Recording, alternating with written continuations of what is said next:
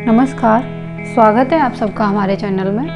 Channel मेरी किताबें पुस्तक मैंने गांधी वध क्यों किया नाथूराम गॉडसे के बयान पर आधारित है। प्रस्तुत है उसका अगला अंश।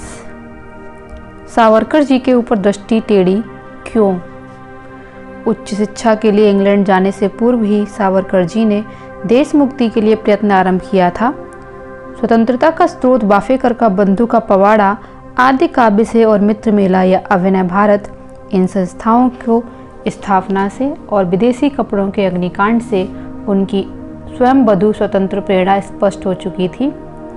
राष्ट्र स्वतंत्रता के ध्येय के लिए यथासंभव सभी साधनों का अपनाना केवल समर्थनीय ही नहीं आवश्यक भी होता है, यह उनका विश्वास था।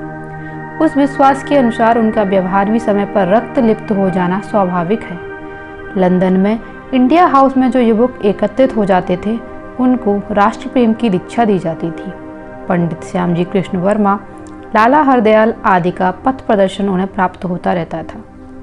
स्वयं प्रज्ञ सावरकर जी ने उस समय भारत भवन को सर्वाधिक प्रभावित किया था। गांधी जी और सावरकर जी की प्रथम भेंट इंग्लैंड में ही हुई थी। राष्ट्रीय समस्याओं के बारे में परस्पर मत भिन्नता एवं विचार भिन्नता उस समय से ही चली आ रही थी। गांधी जी के चरित्र को हमने बिना किसी पूर्वाग्रह के शुद्ध मन से देखा और परखा तो भी गांधी जी जिन सिद्धांतों के लिए प्रसिद्ध थे, क्या उनका व्यवहार उन सिद्धांतों के अनुरूप था?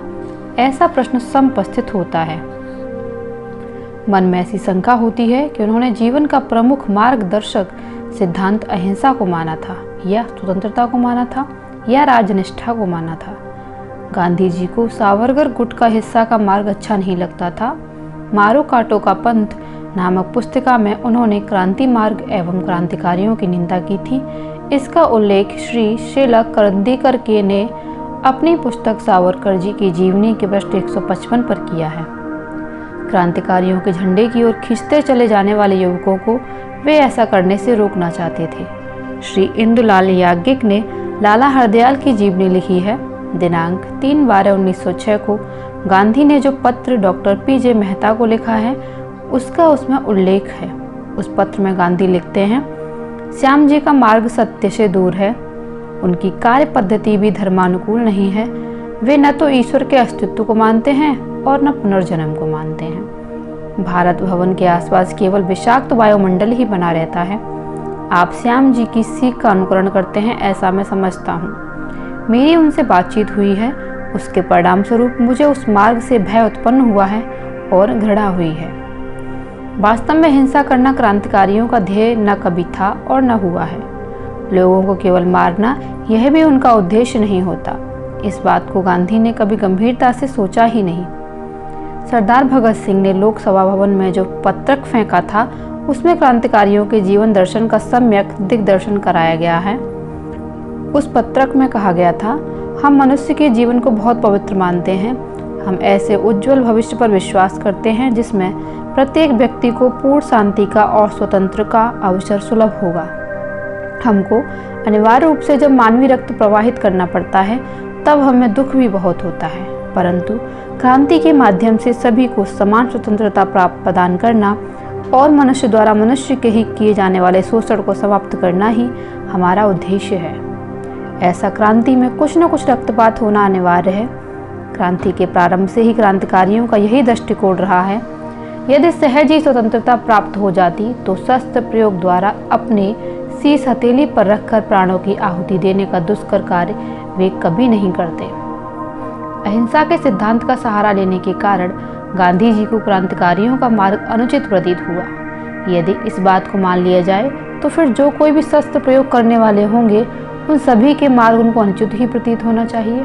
परंतु ब्रिटिश साम्राज्य द्वारा किए जाने वाला हिंसा का मार्ग उन्हें अनुचित एवं अधर्म प्रतीत होता नहीं हुआ। इसका उल्लेख नहीं है कि चरित्र में मिलता है। अंग्रेजों ने झुलुओं के विरोध में युद्ध प्रारंभ किया था। उसके संबंध में गांधी जी लिखते हैं, झुलू लोगों ने हिंदुस्तानी लोगों को भी कोई हानि नहीं पहुंचाई थी। उन लोगों पर विद्रोह करने का आरोप भी ठीक नहीं था। उन लोगों की बड़ी क्रूरता से हत्या हो रही थी, परंतु फिर भी उन लोगों के विरोध में अंग्रेजों ने युद्ध घोषित करके स्वयं सेवकों की मांग की। यह सुनते ही मैंने स्वयं सेवक बनकर अंग्रेजों की सेना में भर्ती हो लड़ाई में यत्किंचित भाग लेने का निश्चय किया, क्योंकि मैं अंग्रेजी साम्राज्य को विश्व परोपकार करने वाला साम्राज्य समझता था। उस साम्राज्य का विनाश न हो, यह मेरी हार्दिक इच्छा थी। गांधी जी जो अहिंसा के पुजारी बनते थे, उन्हें ऐसे अवसर पर कहना चाहिए था, ब्रिटिश साम्राज्य द्वारा झुलू समुदाय पर किए जाने वाले अत्याचार निंदनीय है, क्योंकि वह हिंसक अत्याचार है, इसलिए अधर्म है। संसार परोपकार के नाम पर की गई अहिंसा वंदनीय और क्रूरता करने के नाम से की गई अहिंसा निंदनीय है। अहिंसा की ऐसी दुविध व्याख्या नहीं हो सकती। कोई भी भारतीय अंग्रेजों के इस हिंसक युद्ध के लिए कोई सहायता न करे। गांधी जी इन सिद्धांतों के प्रति सदा निष्ठावान थे। ऐसा हम तभी कह सकते हैं यदि उन्होंने इस प्रकार के विचार व्यक्त किए होते। भारत में आकर गांधी ने अप्रत्यक्ष प्रतिकार सत्याग्रह पद्धति अपनाई थी। केवल वह उपाय पर्याप्त नहीं होगा, ऐसा सावरकर जी का विचार था। इस विषय पर उनकी काल नाम दैनिक के लिए लिखी हुई एक वार्ता हमें देखने के लिए मिली। उन्होंने उस वार्ता में दक्षिण फ्रांस के बावानों, वहाँ के शासकों के साथ हुए कलह और उसके विरोध के लिए अपनाए गए उपायों के विषय में संकेत किया है। इस संबंध में दिनांक 19/7/1907 को सावरकर जी द्वारा लिखे गए पत्र का सारांश इस प्रकार है। दक्षिण फ्रांस में संगठित रूप से अप्रत्यक्ष क्रांति का मार्ग अपनाया गया था। शासन की सेवा न करना, शासन के अधिकार क्षेत्र में स्थित पाठशालाओं, न्यायालयों आदि का बहिष्कार करना, शासन के बैंक में धन जमा न करना, शासन को ऋण न देना, लगाना न देना आदि प्रकार से भी विरोध व्यक्त कर रहे थे। राजद्रोह के अभियोग के बिना ही हाथ में शस्त्र धारण न करते हुए और रक्त की एक बूंद भी न गिराते हुए अप्रत्यक्ष प्रतिरोध या सत्याग्रह से राजक्रांति, इस प्रकार की एक नई पद्धति का आरंभ होने लगा। किंतु ज्यों ही यह आंदोलन अपनी सफलता की चरम सीमा पर पहुंचा, त्यों ही शासकों ने सेना और शस्त्र के बल से उसको विफल करने का विचार कर लिया। उस समय आंदोलनकारियों ने भी प्रत्यक्ष प्रतिरोध का विचार छोड़ शस्त्र हाथ में लिए। इससे यह सिद्ध होता है कि अप्रत्यक्ष प्रतिरोध को सफलता के लिए भी शस्त्रों की दृष्टि में रखना आवश्यक होता है। अप्रत्यक्ष प्रतिरोध के सिद्धांत में हम दो बातें मान लेते हैं। एक यह है कि प्रत्येक व्यक्ति उदात्त होगा और वह पूर्ण रूप से सहयोग देगा। सभी लोग शासकीय सेवा का त्याग करेंगे। यह मान लेने पर यह बात हम भूल जाते हैं कि भूखे व्यक्तियों में इच्छा होते हुए भी इतनी उच्च त्याग वृत्ति नहीं पनपती। दूसरी बात यह है कि विरोधी पक्ष बहुत ही प्रबल है। नियम एवं निबंधों को वह भंग नहीं करेगा, डंडे का प्रयोग वह नहीं करेगा, गला घोटने वाला नियम वह लागू नहीं करेगा, ऐसा हम मान लेते हैं।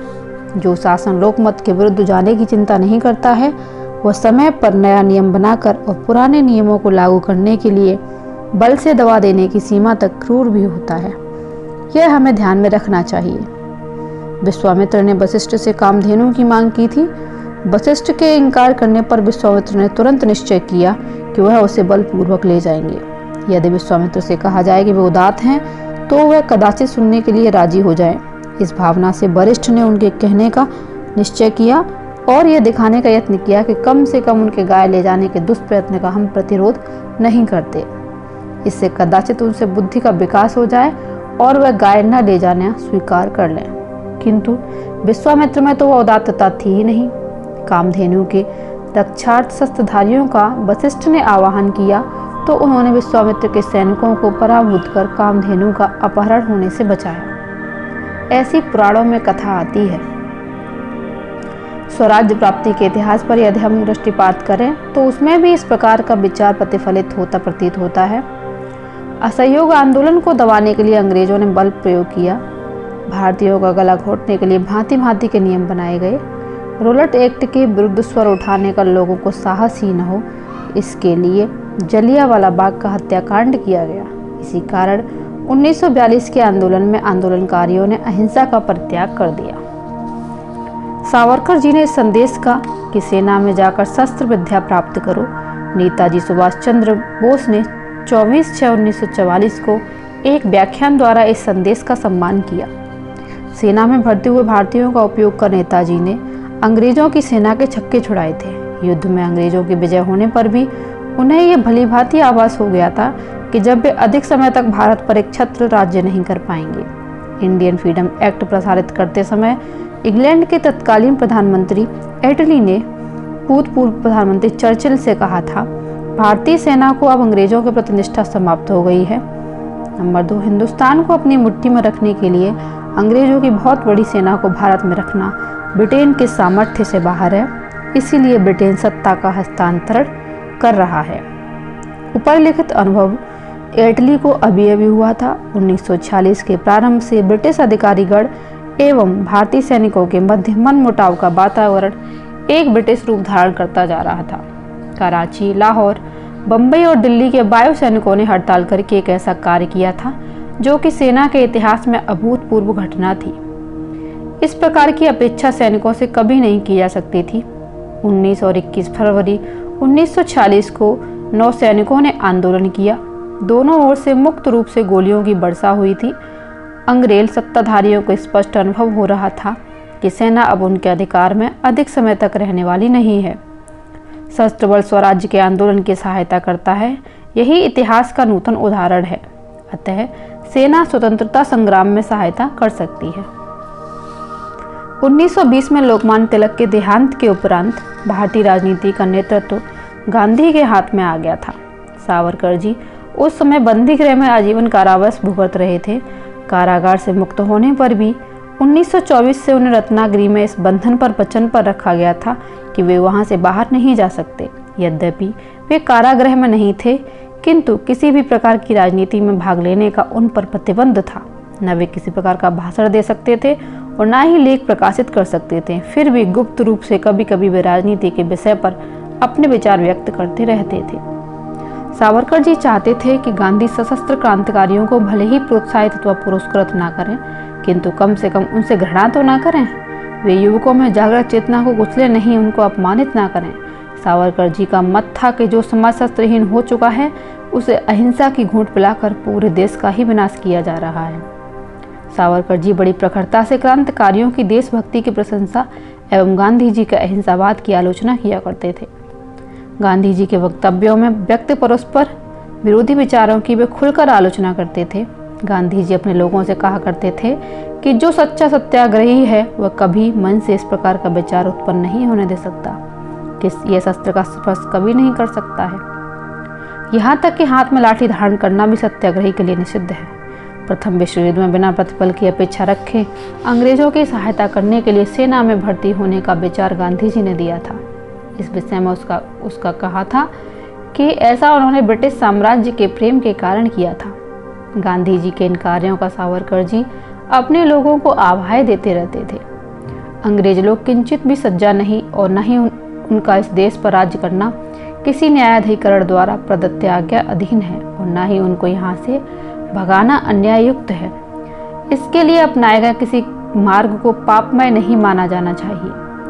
इस प्रकार का प्रतिपादन सावरकर जी करते रहते थे। गांधी जी के प्रेम मूलक विचार से वे बहुत दुखी होते थे।